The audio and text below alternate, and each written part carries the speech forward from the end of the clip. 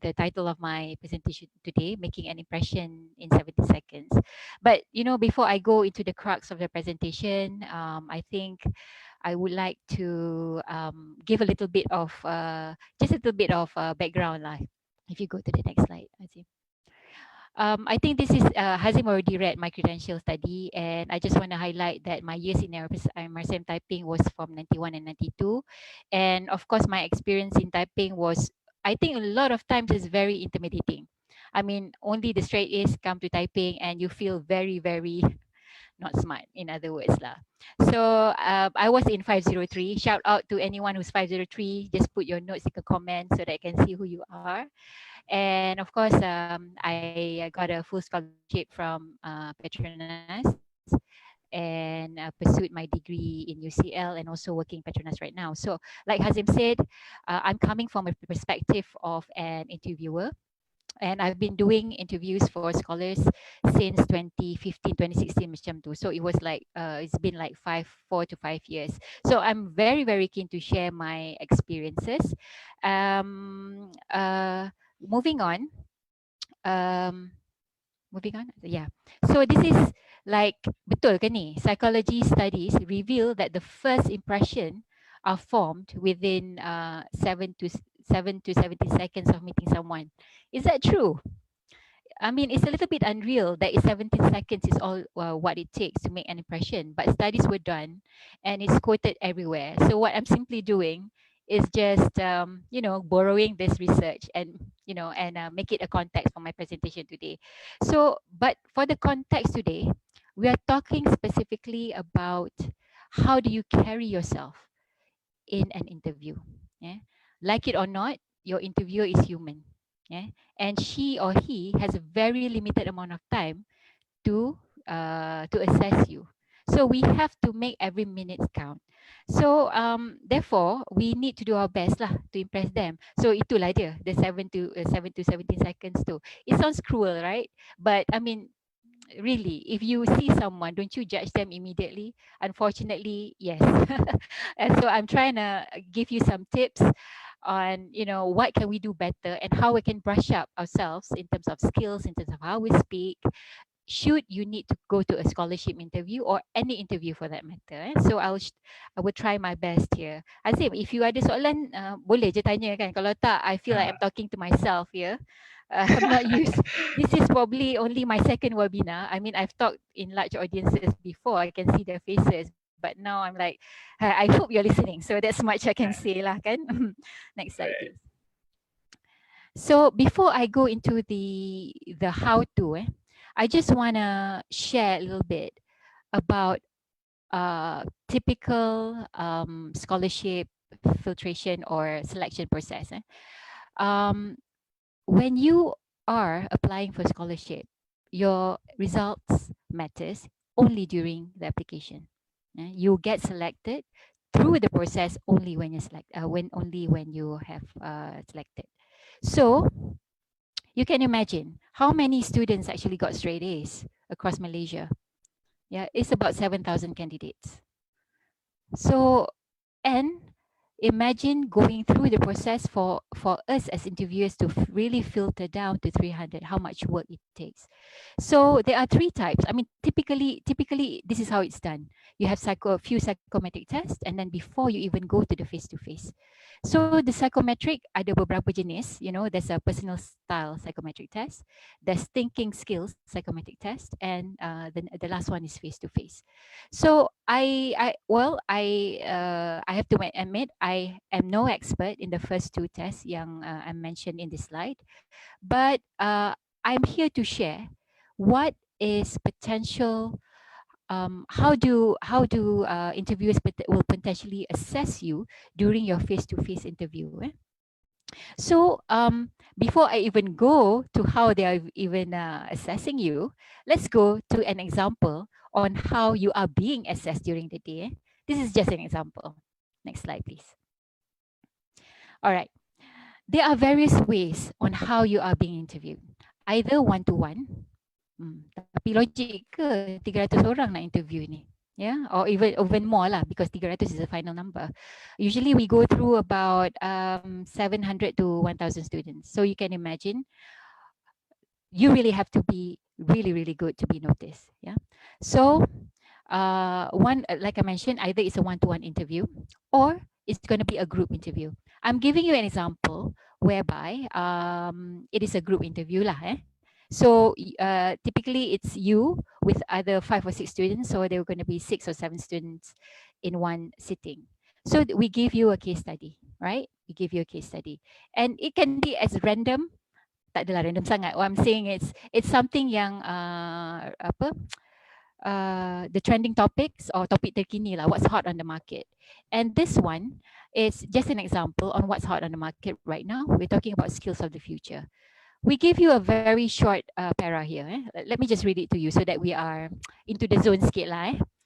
Skills of the future, according to WEF, World Economic Forum, most valuable skills have evolved as shown in the figure below. You can see that in 2015, a list of things, a list of skill was considered important, and moving forward, you know, it's no longer important, and new skills have emerged. As a multinational organization, we strive to develop our workforce to ensure that they have the skills to be productive as well as marketable. I don't think this is a hard topic lah, because I mean, you guys are the millennials. You guys know what I'm talking about here. But this is a question. Your task. Yeah. Determine what would be the top 5 skills that will be most valuable in the future, and you will be given 2 minutes to present your key points on the case. So that's an opportunity for you to speak alone there. Yeah. That's an opportunity there. Tak adalah sentiasa you kena rebut airtime with your teammates. And then subsequently in your group, and then there's a group work pula, spend 30 minutes to discuss the following. Which skills do you think the company should focus in developing their staff? Yeah. Giving an example of Petronas, where I'm working right now, I've been working in a company for 20 years. I joined in 1999. The skills, what is important in the organization has shifted.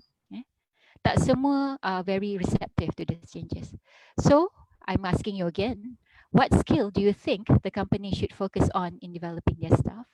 What is your rationale and how do you implement those ideas? Yeah. Okay tak Azim topik ni? Senang kot? Uh, but I have one question. Okay, I Yeah. think most of the students also would like to Yeah. know how do we tackle this issue, right? You know, like sometimes in an group interview, there Ah. must be one person yang suka dominant the session. So Ah. what do you think? How do we tackle those issues? Yes, ada je orang yang dominan. Ada je. That's a very interesting question, and it is actually part and parcel of communication. Okay, I will simpan dalam poket dulu soalan tu. I will address it during communication. Yes, there's going to be who is dominant, and there's going to be a person which is completely opposite of dominant yang langsung tak bercakap. There will be those. So this is it's not when you go to scholarship interview, your A's are no longer important here because we have selected you already. So what are we looking for now? We are looking for how you carry yourself in a group. How do you work with each other?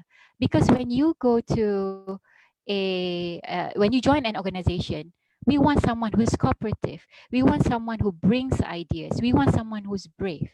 So yes, memanglah sekarang you baru form 5, kan? Maybe you need to develop more of that. But we need to sort of use our judgment and project. Well, can we as a employer develop you for the next 5 years during your degree? Yeah, give you the necessary education and skills, whatnot, so that you are ready by the end of the 5 years after your degree, or 7 years if you're doing your masters, whatnot. So we were told to do that. We were told that jangan tengok dia sekarang. Do you think the person can be developed further in the next 5 years, and will she or he be ready for the organization? Yeah. So we were told actually to look into those kind of parameters. Okay, just to give another feel, if you go to the next slide. The next slide ni next slide has it? Yeah, next slide ni for me this is probably something that you can relate to lah. Sorry, Multi-generation. Miss Lenny, can Yeah. you adjust your distance of the mic? Oh, kuat sangat eh? Tak bunyi angin, banyak bunyi angin. Oh, okay. Thank you. Okay. Ah, let me know lagi cepat kalau nanti bunyi-bunyi angin tu. Okay, anyway, multi-generation workforce. Another example. It isn't rare these days to see an 18-year-old and someone in their 80s working in the same office. The widening generation gap is a phenomenon of our time due to both longer lifespans and young graduate off to an early start in the workplace. That means that people are living longer and people are graduating faster. So diversity is a very important topic. You should read up. Diversity, including generational diversity, is very much praised and welcome in some respects, but there are challenges that can't be ignored when you have 5 generations together. Yeah. So a very simple two two sentence even, two para and two sentence for you to think about. And again, how do you ensure that your group interview, that you can shine in your group interview? eh? You have your 2 minutes to actually an opportunity for you to speak, but then the fight begins when you mukala fight. I mean, like the challenge begin once you speak in your team. How do you ensure that your ideas shine? How do you ensure that you show the best um, uh, in your best behavior in terms of communication, in terms of teamwork, in terms of your ability to change your ideas? So there are typically 4 areas that we look at. Next slide, please. 4 areas that we look at when we are assessing someone. Dia macam-macam lah. You can call it communication lah, speaking lah, whatever.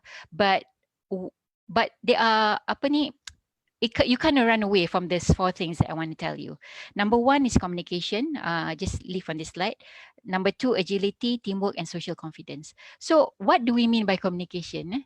Memanglah, I mean, I'm sure your teachers, your mothers, your father, your friends, you kena communicate better lah. What does that even mean? You think you communicate better. But as a interviewer, this is the ruler, so to speak, on how we measure, typically how we measure. So if I go through it, so that you know, and so that we understand what this really means, is that communication is, number 1, effective interpretations.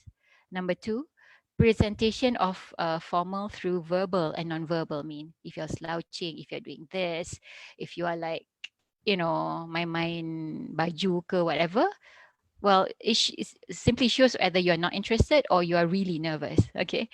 And of course, smart people from typing, I don't think you have a problem in communicating ideas in a logical and coherent manner. Fikir pikut nah, kan? So, yeah, I wouldn't see that you have a problem with that. But what's good and what's bad? Apa orang cakap kalau, oh, you kena communicate better. What does that mean? So, number 1, courage to speak. And then clear when making a point, logical argument, and to listen properly. You can have a list of things lah, but what I wanna highlight, particularly for communications, is courage to speak. Courage to speak.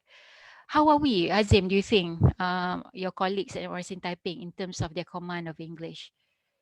Do you think they are like good, or do you think they need a practice, or do you think that they speak the Queen's English lah, kira tak ya polish habis lah, so what do you think?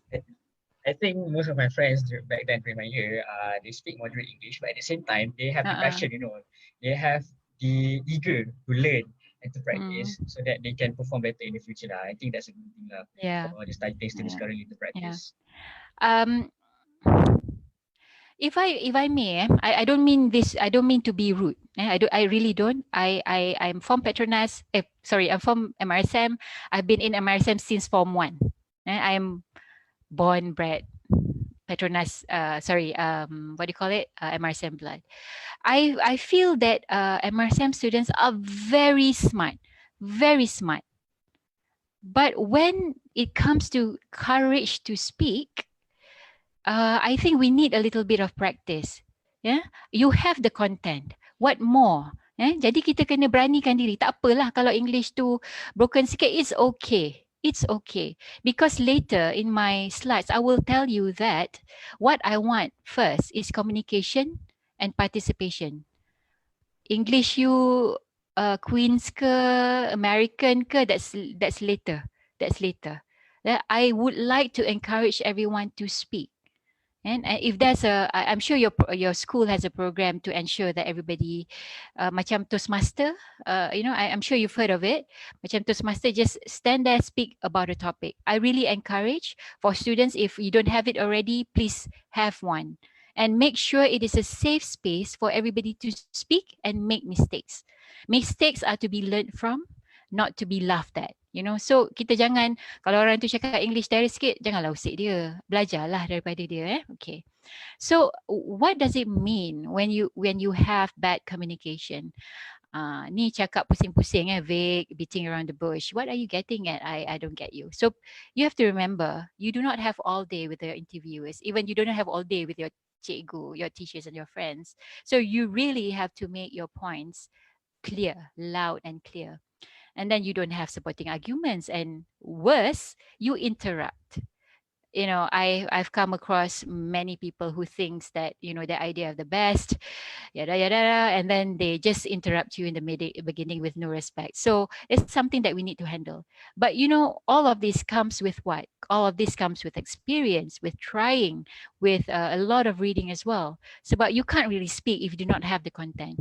Later you will see that how reading will actually improve our confidence and our communications. If we can move on. Another buzzword, another buzzword is agility.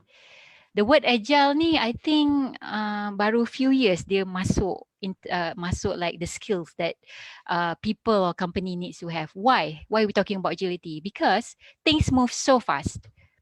Things move so fast. Whatever was relevant last year might not be even talked about this year. So what are we talking about when you have good agility? That means you are very open to exploring new ideas. You take feedback, because a lot of other people could be better than you in terms of ideation. You take those feedback and you work collaboratively with the ones who are more experienced from you, and you definitely you possess a growth mindset. So there are checks and crosses on the slide, and which ones are apa examples of something being a person being agile, and the other one is not. So but what I want to emphasize here is point number 2 and number 3. Open to learning and ask for feedback. There are often times, when we have an idea, you're in love with your own idea, and you refuse to back away, and you want to hold on to it even though it doesn't make sense anymore. Macam, for lack of better word, you're a little bit egoistical from your point of view. Like, oh, my idea is the best. I've been longest in this field. I must not budge from this idea. But really, the world is changing so fast that new ideas must be welcome every time and must be embraced. During an interview, we look at this. Let's say you have an idea and someone interjects and say, oh, why don't we do this instead of plan A, why don't we go plan B? We would like to see how you adjust into plan B, or you make an adjustment on your own plan to adopt to what your team common purpose and requirements are. So those are the ways that you wanna show your best during a conversation or during your scholarship interview. So kalau kita tengok on the right side here, playing it safe, limiting to conventional ideas. Then again, it comes to reading lah. Kalau you don't read a lot, then your ideas would be, homogeneous je, macam tu je. So we wanna read a lot. You wanna be a little bit courageous in promoting new ideas, which might not be obvious or might not be something that anyone have heard of. You're not listening. The third cross to unreasonably hold on to your own ideas if it doesn't work. So we must be able to let go. Letting go is very important, and embracing new ones are very important as well. So yeah, so we have communications, we have agility, and agility is something that I really want everybody to keep in their mind, because this is the world where everything needs to be agile, not just individual but even companies. Even companies as big as an oil gas company like Petronas, we need to be agile on what is the business requirement and what is the needs of the customers, and it is changing really fast, especially for the past, I don't know, 6 years. It has been really tough for any companies to keep up. So, correspondingly, if the company needs to agile, the staff needs to be agile. Okay, there's no compromise about that. Move on. Okay, just a reminder, we have the 50 minutes. 15, 15. Yes. Okay, all right. We have a lot of time. Okay, another one, teamwork. Teamwork ni pun sama lah. I'm sure Hazim, tapi you muda lagi. Okay lah, I lah. I've been orang lama. Teamwork ni, it's been, skills of having good teamwork has been in the market for the longest time ever lah, since I was small, I think. Kan? So what does it mean? I mean, no explanation there. You are able to work cooperatively, be part of the team, support team decision. A good example of lack of teamwork is like, okay, a group presents something lah, katalah to your teacher lah, you present something and the teacher doesn't like it. This is a bad idea. Who come up with this? And then there will be one person, ni idea korang lah ni. Aku tak sokong, something to that effect. So that is actually a good example of bad teamwork. We as a team, we have a common purpose. We have one goal and everybody must be aligned. So getting alignment, or alignment tu maksudnya everybody understands the same thing and understands that what the goals are, is very important, and we need to see that during that interview. How do you apply this? Macam katalah give you an example of agility, communications and teamwork. Katalah during an interview, there's a few ideas churning, and then a good communicator, for instance, say that he struggles. He see a another team member struggling to voice out the idea, and then he would actually jump in and say, "Do you mean this?" It's not his idea, but he helped lift the other team members' punya motivation to actually to do better. That is something that we highly encourage and highly value.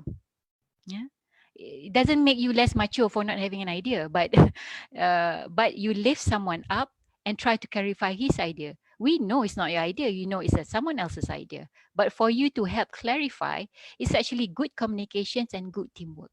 And to a certain extent, it shows a little bit of your agility as well. So it's not about, kalau dalam group interview tu, it's not about oh, I'm the one who shines the best, or I'm the one with the greatest idea, or I'm the one who's hogging discussion, or I'm the team leader. Not really. Not really. We are really looking at each individual in these four areas of apa for these four areas lah, which is teamwork, agility, and communications. We have another one kan, Hazim. It's okay. So when we talk about teamwork, just let's go to the checks and the crosses here. Yeah, you commit and involve in establishing the team goal. You plan with the team. How do you solve this problem of multi-generation workforce? Which problem do you wanna solve? What is the best skill for the future for this organization? Or how do we work towards it? How do we pitch idea to the management to work towards it? And good teamwork also say, okay, I'll do this, I'll do the writing down, I'll do the writing on the whiteboard for the team. Well, that's volunteering. Walaupun nampak macam angkat pen and tulis je, it is a big how do you say, a big task for that particular moment.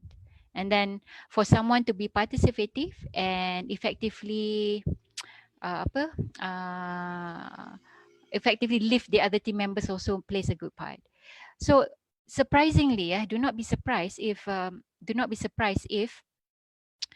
there are people who are there. They've got good grades and whatnot. Tapi during the interview, They are not participative at all, which is very mind-boggling and puzzling for me.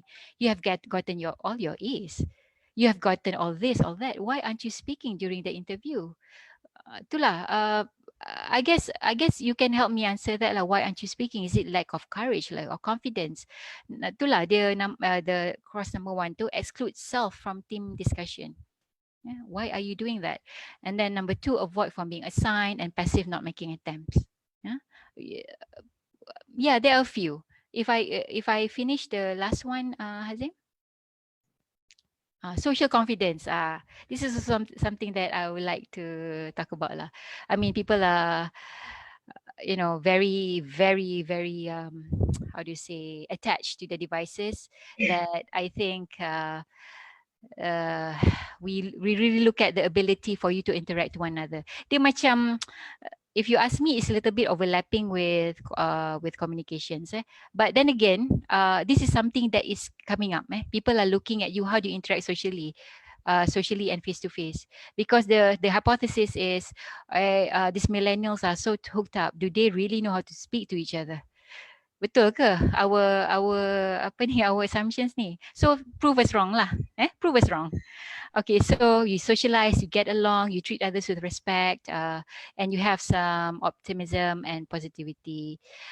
Well, no brainer. If you lack social confidence, you're not sociable, you are too cautious, you are, well, disrespectful, and you are very pessimistic and negative. So those are the four things lah. So we want to see how you interact. Actually, also I want to notify, or I want to tell everybody that, during group interview, um, we are not looking for the right answers at all. Salah, salah lah. It's okay. Yeah. It doesn't matter if you got the skills wrong. It doesn't matter if you got the issue about multi-generation workforce wrong. It really doesn't matter. But what matters is how the 5 or 6 or 7 of you in that team work together to solve the problem. If there's a friction between the team, how do you solve it? Kita nak tengok tu je. Sebab nak kata pandai dah. Alright, you already passed the two psychometric tests, and now you're face to face. That's no longer an issue. Now, in a physical interaction, how do you interact? Yeah? How do you communicate with each other? How do you lift each other up? How do you ensure everybody is contributing? Yeah? Also, I would like to note that for interviewers such as myself, if I see someone not speaking enough, I will call out. Contohnya, Azim, what do you think? There are two things why I do that. Number one, either you're not speaking enough, or I just want to test you. You confident or not with your idea? Yeah. A positive reaction would be like, okay, I will think about it and I come up with a different idea. A negative reaction would be like, oops. And lepas tu dah tak cakap dah. Okay, that's not what we want. We want you to have the courage to speak and the courage to give ideas, and your interaction with the rest of your friends during interview really, really matters, because it tells us about you, your personality. Yeah. Okay. So what? Lepas ni nak buat apa? Kan? Next slide. Yelah dah cakap semua ni, ada, there's going to be case studies, there's going to face to face, you're going to meet with budak-budak sekolah SBP lain, other MRSAMs, not to forget the private schools, college yayasan together. You're not going to be comfortable with your own friends in the meeting, in the interview. You'll be with these people who are as smart as you. What are you going to do? What are you going to do? So, of course, I recommend 3 ways to prepare lah. And obviously, it's not a shortcut lah. There's no shortcut. You really have to start tomorrow, or you have to start the second after I finish this webinar. If you can go to the next slide, Azim. Okay, there's no magic lah. Please read up. There's no magic. You really have to, for you to gain confidence, you really have to understand you have to understand and know what the topic is about. So dia akan bagi random topic, but topic yang which is current topics. And if I could read digitalization, you guys would know this. Yeah, you are the digital natives, I guess. COVID-19, well, you must know that. Living and working with robots. Yeah, it's just to share. It's definitely very relevant for an oil gas company such as Petronas. Managing social media in the business. I think you will know that at the back of your hand. Kalau pasal social media ni, I would think lah. Managing multi-generational workforce, women in workforce. Women in workforce. Why is that such a special thing? Women in workforce. For company, oil and gas company, it is an issue because women are seeing dropped off from technical work to prioritize their family. I'm not saying it's a bad thing, but I think there's an effort for companies to actually retain them. Preparing skills for future of work, which is similar to the example that I've given you. Running business that is environmentally friendly, renewables, those are very businessy lah. I mean, pretty boring that one if you ask me. I mean, like, yeah, everybody needs to be sustainable. Okay, but it's a real issue, especially for an oil gas company such as Petronas, Exxon, BP, because we are traditionally seen as being very dirty. Think rethinking retail. Yes, retail. Yeah, kalau for Petronas, it's itulah yang your fuel apa minyak tu, but for retail can be other retails as well. And how do we attract talents to the company? Why are the younger people sorry, let me rephrase that. Younger people seem to really want a, a real work-life balance. But my generation is all about, oh, I want to work, I want to earn, I want a big house. Da, da, da. But apparently things have changed now. I think navigating life post-pandemic and managing mental health. Yeah. So, I mean, these are just examples. And then knowing about this and debating about this with your friends, or tak payah debate pun tak apa, you can just discuss with your friends about this. Is very important because you have already learned all your syllabus, your 9 subjects or 10 subjects that you take at MRSM too. But do you know things outside of your academic life? We must know, because that is what being asked outside. Once you step out of the MRSM, I don't think anybody will ask about admats or sejarah anymore lah kan. It's about, oh, what happened to Donald Trump? Oh, he's got COVID-19. Okay. So people want to talk about those kind of things.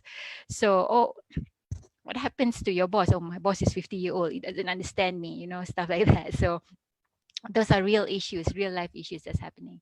Uh, sorry. Yeah. Okay. Next slide. I can't stress this enough. Practice with your friends, have a debate. Yang pandai cakap English lebih sikit tu, please encourage your friend to speak. And doesn't matter if you make that mistakes. Doesn't matter. Like Hazim mentioned in the introduction, I've spoken in many international conferences. Various. I've spoken in Amsterdam. I've spoken in Washington recently, and you can see that the speakers, katalah from mana, from Russia or from Eastern Europe, their English are not that great. Seriously, but because they know the topic so well, they just speak as long as the audience understand, and the audience understand, and nobody even laugh at them, even the native speakers. As long, what's your point? Your point is such and such, because they are the subject matter of that area. So we really wanna hear you speak and send your message across. English you terror tak terror secondary, asalkan faham. That's why I have the point number 3 there. You are assessed on your confidence and participation first, and eloquence second. So please practice. Siapa yang nak cakap English tu, kawan-kawan tolonglah jangan gelak. Janganlah kata dia poyo ke and stuff like that. This is the real world. You need to be good in Malay and English. There's no excuse. All right, the next one. I think this is my last slide. Elevator pitch. Tahu tak elevator pitch apa, Azim? elevator pitch I think I'm gonna catch common you there. question. Tidur ke?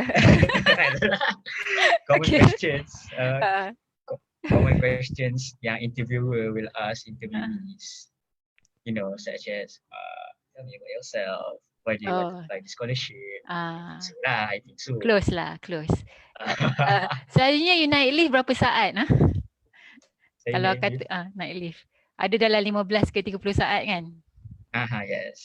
Dia punya idea macam tu lah. Konon, let's say you are in the lift with someone and someone that you really have to meet and you only have 15 to 30 seconds or in my case 17 seconds lah kan to talk. So how do you really make the person remember you and make an impression? Kan? So what do you want to do? You want to keep it simple and you want to keep it memorable. All right. Okay, many may not agree with me on this one lah, but this is my method, and I use it a lot of times, not all the time, but a lot of times. Is I prepare a script.